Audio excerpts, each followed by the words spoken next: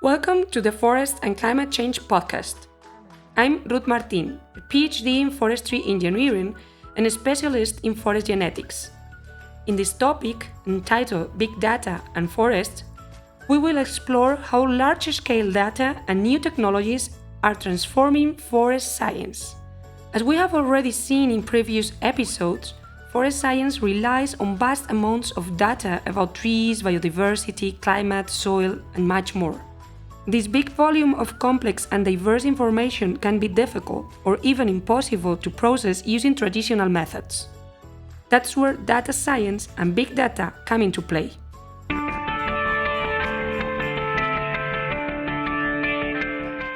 The concept of big data gained traction when large datasets were defined by the three V's: volume, velocity, and variety.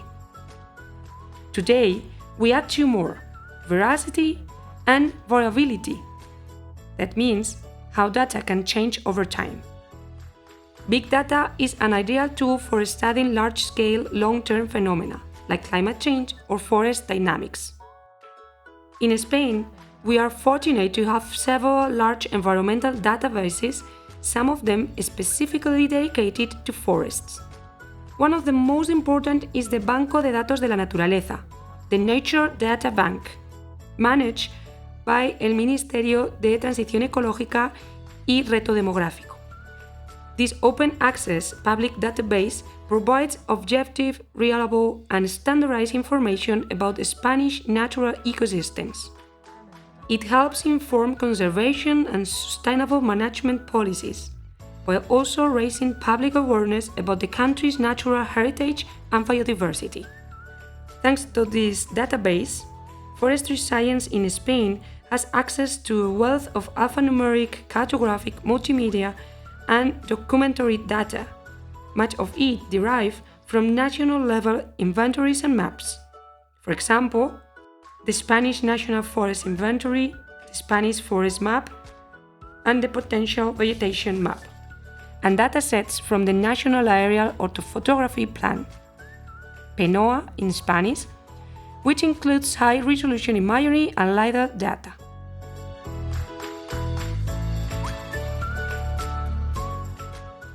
The Spanish Forest Map shows tree cover across the country, along with details about species composition, development stage, and distribution.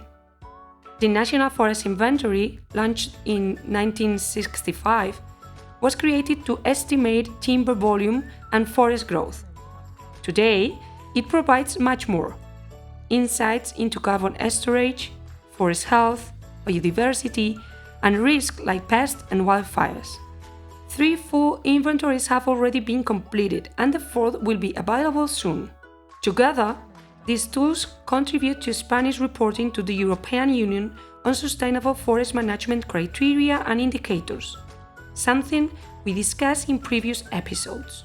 To make this data more accessible, the Forest Explorer Explorador Forestal was developed, a user-friendly web platform that integrates over 4 gigabytes of open data from the National Forestry Inventory and Forest Map.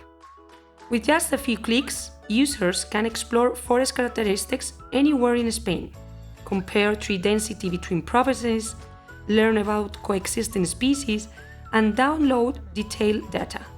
This platform was developed by researchers at the University of Valladolid from the Sustainable Forest Management Research Institute, UFOR, and the Intelligent and Cooperative System Group. A major step in global forest monitoring came on December 5th in 2018, when JEDI, in NASA's Global Ecosystem Dynamics Investigation, was launched aboard a SpaceX rocket. JEDI uses laser to scan forest canopies from space, measuring the intensity and timing of the reflected light to determine tree height, density, and the vertical structure of branches and leaves. One of the JEDI's main goals is to estimate above-ground biomass, helping scientists calculate how much carbon is stored in forests, a topic we cover in episode 4 on carbon sinks. JEDI will produce high-resolution 3D forest maps, transforming how researchers monitor forests and improving models that predict changes in ecosystems, carbon levels, and climate. This data will also support smarter forest management and help assess how well forests are adapting to climate change. Today, we have an impressive amount of tools and data, with even more advanced technologies on the horizon. Big data is here to stay, and it's helping us to take sustainable forest management to the next level. That's all for today's topic, and thank you for listening to Forest and Climate Change podcast.